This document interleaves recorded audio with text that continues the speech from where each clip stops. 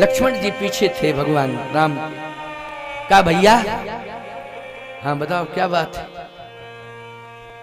मेरी प्रार्थना है आपसे। क्या प्रार्थना बोलो।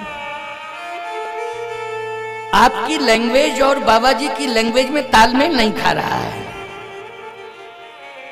बहुत देर से मैं यही समझ रहा हूं और खड़ा खड़ा सुन भी रहा हूं कि वो लैंग्वेज मिल ही नहीं रही, भाषा ही नहीं मिल रही। और अगर आपकी आज्ञा मिल जाए तो हमारी भाषा और बाबा जी की डायरेक्ट मिल रही है, बिल्कुल सीधी। क्यों भाई, 2 मिनट में फैसला हो जाएगा। भगवान राम ने कहा लक्ष्मण, मैंने पहले क्या कहा था, ये भगवान है मेरे, तुम्हारे भी भगवान है। लक्ष्मण जी बोले तो भगवान से बात तो भक्त ही कर सकता है। क्यों भाई, भगवान से अगर कोई बात कर सकता है तो भक्त कर सकता है, और कोई नहीं कर सकता। अगर भगवान है तो मैं भक्त हूं, तो भक्त ही तो बात करेगा, और कौन बात करेगा, भक्त के अलावा कोई नहीं कर सकता है। आपकी आज्ञा होनी चाहिए, क्योंकि मैं भगवान से बात करूं, भक्त बन करके बात करूं, लेकिन जब तक बड़े लोग नहीं आदेश देंगे तब तक मैं बात नहीं करूंगा। देखो बड़ों की बड़ी मर्यादा है, चाहे जितने बड़े भक्त बन जाओ तुम, चाहे जितने बड़े संत बन जाओ तुम, कुछ भी बन जाओ, चाहे मिनिस्टर बन जाओ, चाहे तुम राष्ट्रपति क्यों ना बन जाओ, समझ रहे हो कि नहीं? लेकिन बड़ों की मर्यादा है। बोलो है बड़ों की मर्यादा क्यों? ये रामायण सिखा रही है कि बड़ों की मर्यादा करनी चाहिए। लक्ष्मण जी ने कहा कि मैं भक्त हूं, ये भगवान है, लेकिन आप मेरे बड़े भाई हैं, जब तक आप आदेश नहीं देंगे तब तक मैं बोल नहीं सकता हूं, बिना आज्ञा के नहीं। नौजवानों को आज शिक्षा लेनी है कि समाज में यदि बड़े लोग हों, यहां एक बड़ा नहीं है, यहां बड़े की भूमिका में राम जी के साथ साथ विश्वामित्र जी महाराज भी हैं। बोलो है कि नहीं? और सावधानी से सुनना, केवल विश्वामित्र जी महाराज भी नहीं है, यहां मुनि समूह है, मह बैठे, मुनियों का समूह में बैठा हुआ है। बोलो मुनियों का समूह बैठा है। समूह मानी बहुत सारे मुनि महात्मा बैठे हैं। इसका मतलब है ये मर्यादा है। ये क्या है? मर्यादा है। जहां ऋषि मुनि महात्मा बैठे हों, जहां पर बड़े भाई हों, गुरुदेव हों, वहां बिना आज्ञा के नहीं बोलना चाहिए। मैं एक बात कहता हूं, कुछ लोगों ने आज ये कह रखा है, और नौजवानों ने, कि हमारी जवानी आज बड़ों से बोलने के लिए विवश कर रही है, ऐसा कहने लगे आजकल के नौजवान। और कुछ पढ़े लिखे लोग ही कह रहे हैं, ऐसा नहीं, कि मेरी जवानी मुझे विवश कर रही है बोलने के लिए। मेरा दोष नहीं है, अगर मैं अपने से बड़ों से कुछ ज्यादा बोलता हूं तो ये मेरी जवानी का दोष है। नहीं, गलत गलत बोल रहे हो, तुम्हारी सोच गलत हो गई है। जवानी कभी किसी की नहीं कहती है कि अपने से बड़ों का अपमान करो। बोलो क्या ये जवानी का अर्थ है कि अपने से बड़ों का अपमान करो? ये रामचरितमानस का मंच आज तुम्हें प्रेरणा दे रहा है, आज तुम्हें शिक्षा दे रहा है। और केवल यहां माधव विलास धाम में जितने लोग बैठे हैं राम कथा में, इतने ही लोगों को नहीं, हजारों लोगों को यह प्रेरणा मिल रही है, क्योंकि सोशल मीडिया, यूट्यूब चैनल के माध्यम से यह संदेश यत्र तत्र सर्वत्र जा रहा है। ये संदेश जो है यत्र तत्र सर्वत्र जा रहा है। इसलिए इस संदेश को सुनिए, जरा सुनिए। तुम थोड़ा बेटा इधर बैठ जाओ, ऐसे होगा तुम।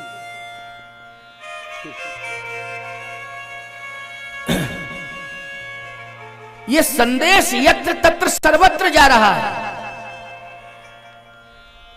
सर्वत्र। क्यों? ये प्रसारण चल रहा है। अभी कथा के बाद सैकड़ों लोगों के टेलीफोन आएंगे मेरे पास। कौन से लोग बात करेंगे कि महाराज जी आज आपने ये हमको बताया, कोई कहेगा ये बताया, कहीं से ये बताया, आज ये सुना वो सुना। कोई शंका रहती है तो वो भी समाधान के लिए नीचे नंबर चल रहे हैं ना प्रसारण में, जो नीचे सारे नंबर चल रहे हैं मेरे, वो नंबर सब नोट कर लेते हैं, उससे पता लगता है कि लोग सुन रहे हैं। इसका मतलब ये नहीं है कि कोई नौजवान ये दावा करना चाहे कि हमारी नौजवानी का दोष है कि हम अपने बड़ों से आज बात कर रहे हैं और ऐसी बात कर रहे हैं कि जिसे सुनकर के बड़ों का अपमान हो रहा है। तो तुमने अपमान क्यों किया? कहते मैंने नहीं किया है, मेरी नौजवानी ने किया है। ये नौजवानी का दोष है, गलत। नौजवानी का अगर दोष होता तो नौजवान तो लक्ष्मण भी है। बोलो क्या है लक्ष्मण? नौजवान नहीं है तो क्या है? बोलो भाई, लक्ष्मण नौजवान है। रामचरितमानस का मंच ये बता रहा है कि लक्ष्मण नौजवान है, और नौजवान है तो जब तक अपने से बड़ों का आदेश नहीं मिल जाएगा तब तक बोलना भी नहीं चाहते हैं। आदेश मिलेगा तभी बोलेंगे। बोलो भाई। कहीं न सकत रघुवीर, डर लगे बचन जनुबान। बचन बाण की तरह चुभ रहे हैं लेकिन कहे न सकत रघुवीर डर। रघुवीर डर का मतलब बड़े भाई का डर, डर मानी गुरुदेव का डर। नहीं बोल सकते हैं जब तक वो आदेश नहीं देंगे। यह है रामायण का नौजवान। अगर अपने से बड़ों का अपमान करने का नाम नौजवानी होता, बड़ों को अपमानित करने का नाम नौजवानी होता, तो मैं दावे के साथ कह रहा हूं परमात्मा कभी किसी को नौजवानी नहीं देता, बचपन से सीधा बुढ़ापा दे देता, जवानी किसी को नहीं देता है। इतनी बड़ी गलती नहीं करता वो भगवान, समझ रहे हो कि नहीं? ये जवानी किसने दी है? ये भगवान ने दी है। जवानी सबको नहीं मिलती है, भगवान ने दी है, याद रखना। नहीं तो बचपन में कितने लोग हैं जो पैदा होते ही चले जाते हैं। बोलो चले जाते हैं कि नहीं चले जाते हैं? पैदा होते ही चले जाते हैं। और यदि जवानी की बात है तो सीधा बुढ़ापा दे देता भगवान, जवानी खत्म।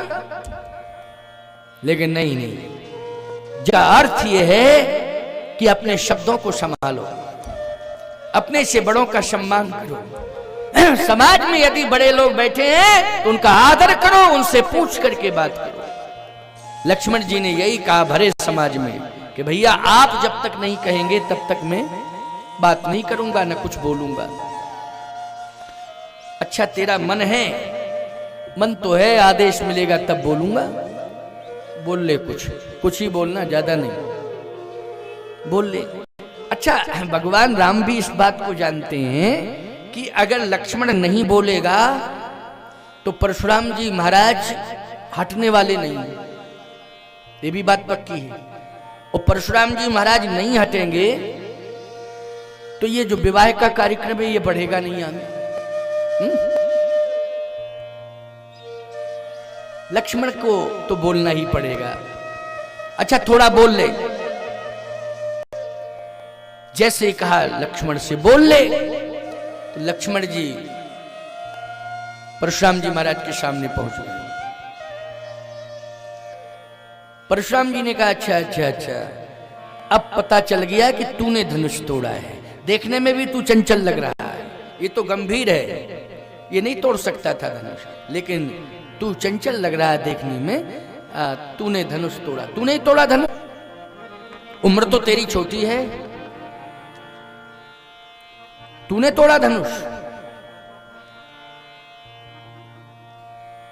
मैं पूछ रहा हूं धनुष तूने तोड़ा?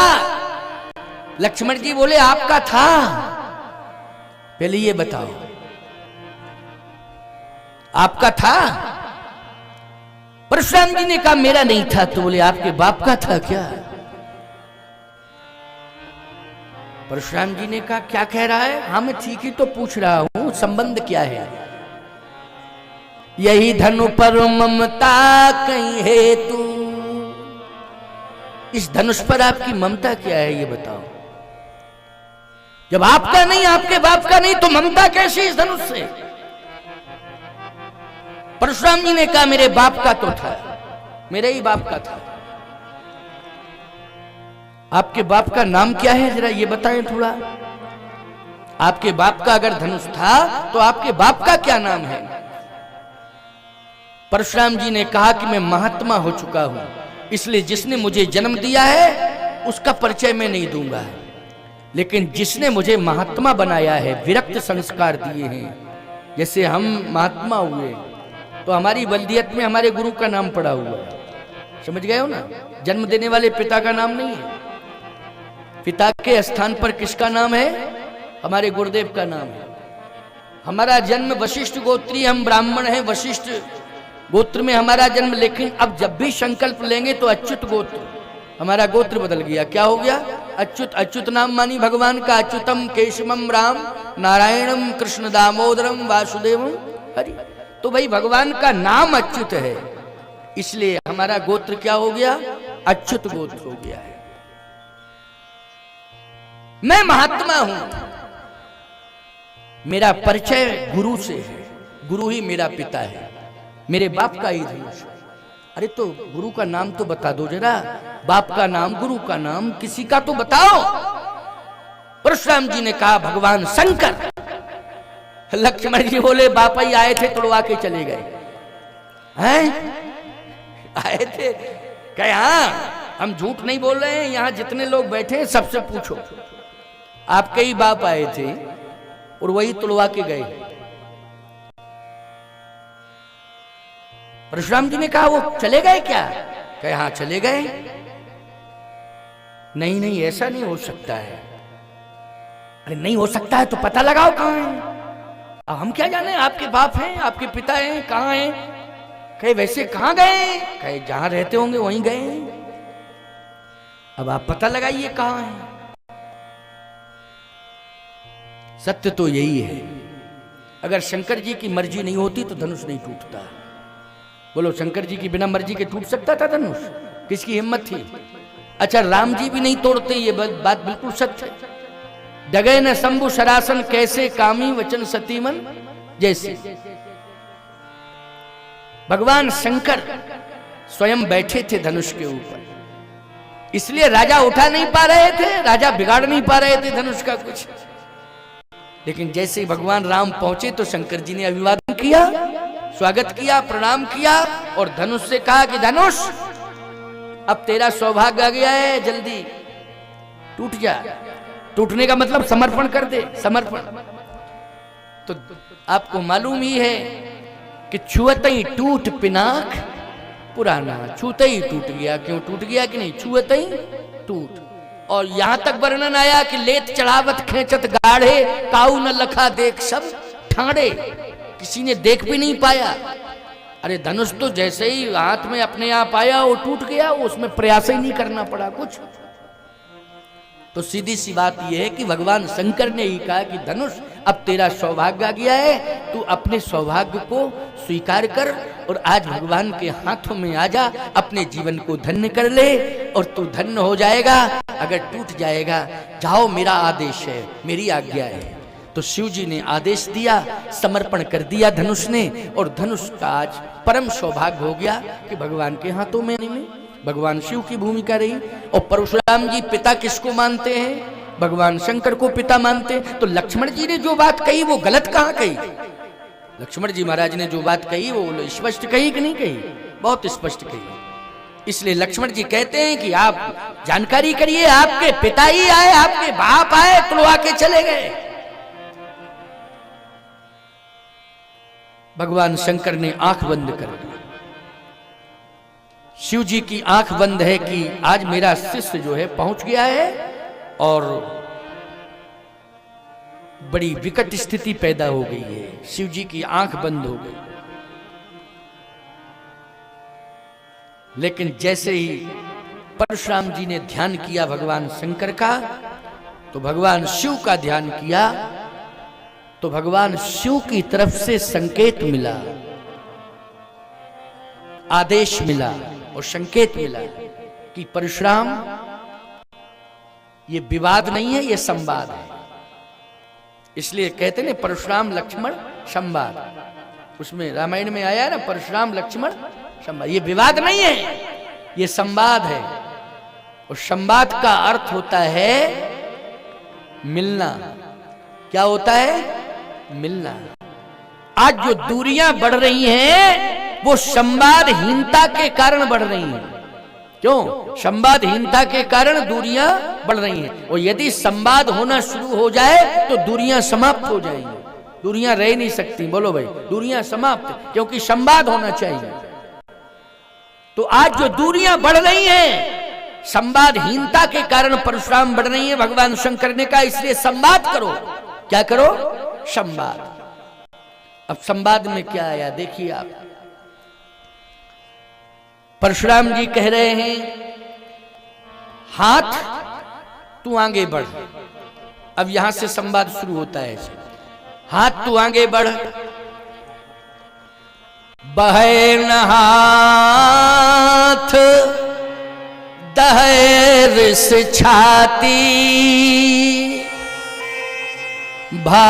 भाकुठार कुंठित नृप घाती। हाथ तू आगे बढ़। फरसा तू अपना काम कर। फरसा कहता है हाथ को समझाओ कि हाथ बढ़े तो हम बढ़े। जब हाथ नहीं बढ़ रहा तो हम क्या बढ़ेंगे? हाथ से कहा तू बढ़। हाथ ने कहा कि कहां बढ़े, किस पर उठे? कहे सामने। सामने कौन है? कहा सामने ये राजकुमार गोरा गोरा खड़ा हुआ है, इसके ऊपर। तो हाथ कहता है क्रोध को दूर करो, विचार करो और फिर बात करो। क्रोध को दूर करो, विचार करो, फिर मुझे आज्ञा दो। अच्छा, क्या विचार करें? हाथ कहता है ये विचार करना, पहले ये पूछो ये है कौन, इसका परिचय लो, ये है कौन, परिचय तो लीजिए। परशुराम जी ने कहा तू कौन है? लक्ष्मण जी ने कहा कि वैसे तो संपूर्ण लोग हमें लक्ष्मण लक्ष्मण कहते हैं। क्या कहते हैं? लक्ष्मण। लेकिन वस्तुतः मैं लक्ष्मण नहीं हूं। ये मैं आपको बता रहा हूं, मैं हूं शेष।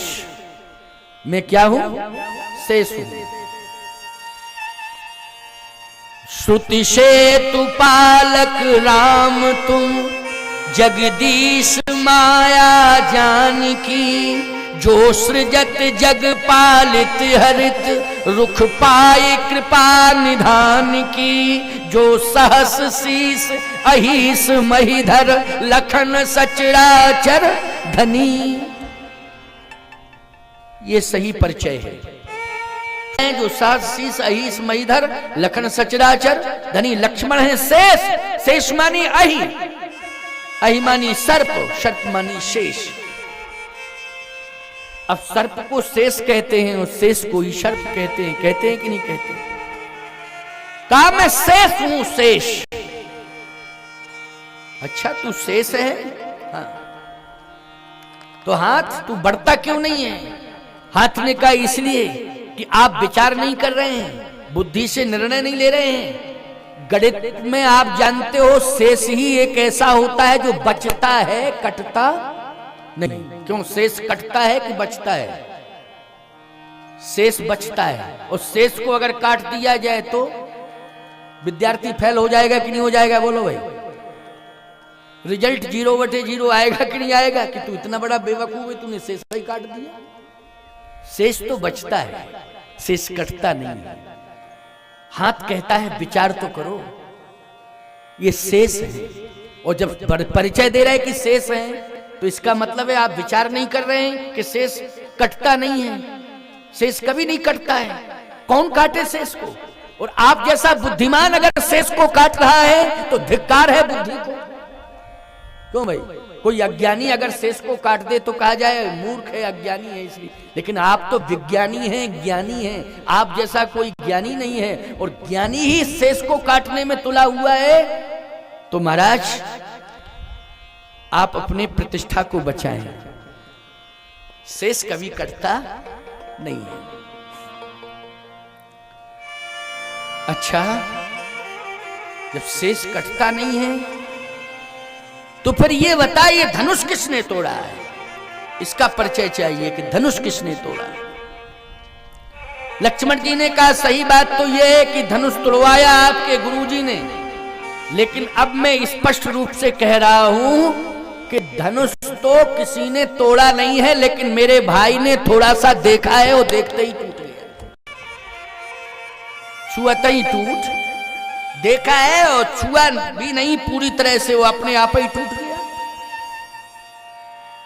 काछत लाभ जून धन तोरे, क्यों भाई? काछत लाभ जून धन तोरे, जीर्ण शीर्ण था, वर्षों से पड़ा था, अपने आप ही टूट गया। लेकिन अगर आप स्पष्टीकरण ही ले रहे हो तो मेरे भैया केवल पहुंचे हैं धनुष के पास। हम सत्य बोलते हैं, असत्य नहीं बोलते। भैया पहुंचे और जैसे ही देखा टूट गया। अच्छा, इसका मतलब है देखते ही टूट गया तो दोषी तो है। फरसा अब क्लियर हो गया, देखते ही धनुष टूटा है। अगर ये देखता नहीं तो धनुष टूटता नहीं। डिसीजन यही है कि अब तुम आगे बढ़ो। फरसा कहता हाथ से कहो, हाथ से कहा हाथ आगे बढ़। हाथ कहता है विचार करो। क्या विचार करो? ये सामने जो खड़े हैं, जिन्होंने देखा है और धनुष टूटा है, इनका परिचय लो। ये हैं कौन कि देखते ही धनुष टूट गया? ये हैं कौन? परशुराम जी ने कहा कि तुम्हारा नाम तो मैं जानता हूं, राम राम राम राम सब कहते हैं, लेकिन इसका नाम लक्ष्मण था, लेकिन इसने अपना परिचय दिया कि मैं शेष हूं। तो सत्य बोलो, तुम कौन हो? कौन हो? कहा मुझे मेरा परिचय, मैं अपना परिचय क्या दूं? हाथ से पूछो वेदों में क्या लिखा है। लिखने वाले कौन होते हैं? जल्दी बोलो। हाथ होते हैं। तो लिखने वाले कौन होते हैं? हाथ से पूछो कि तूने क्या लिखा है, और लिखने वाला आप ही का हाथ है, क्योंकि आप भगवान हो और वेद भगवान है। बोलो वेद क्या है? भगवान है। और परशुराम जी क्या है? भगवान है। और लिखा किसने है? बोले हाथ ने लिखा। किस में लिखा? वेदों में लिखा है। तो वेदों में लिखा है तो हाथ से पूछो, ये हाथ ही बताएगा कि मैं कौन हूं, क्योंकि भगवान ने ही तो लिखा है। आप भगवान हो, आपके हाथ ने ही स्पष्टीकरण दिया है, इसलिए हाथ से ही पूछो मैं कौन हूं। और याद रखना, शेष के बारे में भी हाथ ने ही लिखा था। लक्ष्मण शेष हैं, ये किसने लिखा था? हाथ ने लिखा था। किसने लिखा था? हाथ ने। याद रखना, लिखा किस में था? बोले वेद में लिखा है, वेदों में लिखा है। और वेद कौन है? बोले भगवान है। और परशुराम कौन है? भगवान है।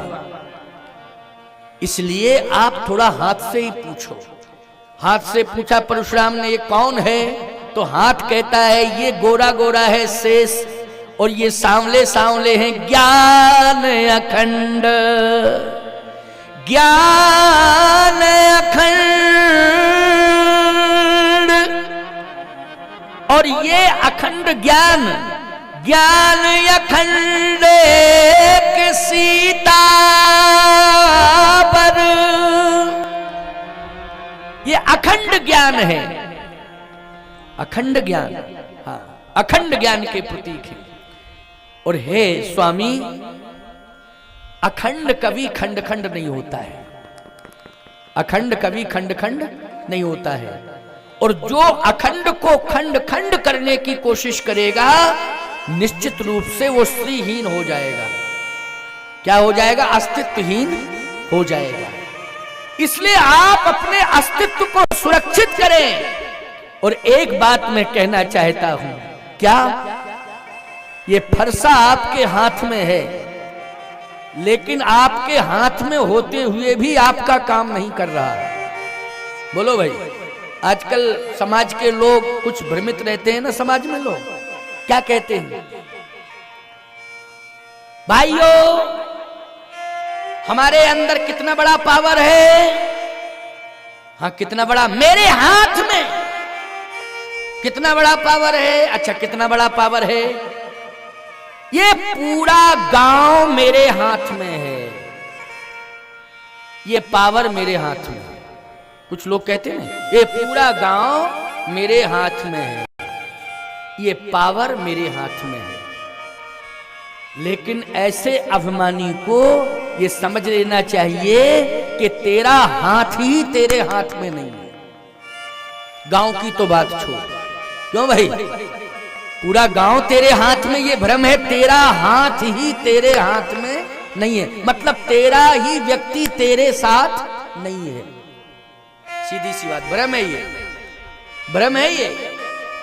तेरा ही व्यक्ति तेरे साथ नहीं है। गांव की बात छोड़, क्षेत्र की बात छोड़, देश की बात छोड़, ये प्रदेश और देश की बात, तेरा ही हाथ तेरे हाथ में नहीं है। हाथ का मतलब है तेरा परिवार, तेरा व्यक्ति तेरे साथ नहीं। फिर गांव, प्रदेश, देश की बात छोड़, पूरा विश्व तेरे हाथ में आ जाएगा, तेरे हाथ में आ जाएगा पूरा विश्व। परशुराम जी का हाथ यही तो कह रहा है, हे स्वामी आप विचार तो करो, आपका बहुत बड़ा प्रभाव है, लेकिन आप शायद समझ नहीं पा रहे हैं, इसलिए भ्रमित हो रहे हैं। आप अपने अस्तित्व में प्रश्न चिन्ह लगाने जा रहे हैं। आप अपने हाथ में फरसा लिए हैं, फरसे को त्याग दो। जितने भी अस्त्र शस्त्र हैं उनको त्याग दो। तो क्या करें, कहा ये हाथ है ना, इसकी सार्थकता इसी में है। क्या, ये फरसा छोड़ो, अस्त्र शस्त्र छोड़ो, फिर ये हाथ रघुनाथ के हाथ में सौंप दो, पूरा ब्रह्मांड आपके हाथ में आ जाएगा। बस हाथ की यही सार्थकता है। देखो भाई, ये कितनी सुंदर चेतावनी, कितना सुंदर संकेत, क्यों है कि नहीं। ये हाथ रघुनाथ के हाथ में सौंप दो। अच्छा तुम सब भी अगर अपना हाथ भगवान के हाथ में सौंप दोगे तो पूरा ब्रह्मांड तुम्हारे हाथ में आ जाएगा कि नहीं। छोड़ो ये गांव और समाज की बातें, पूरा संसार तुम्हारे हाथ में आ जाएगा अगर तुमने अपना हाथ किसके हाथ में दे दिया, भगवान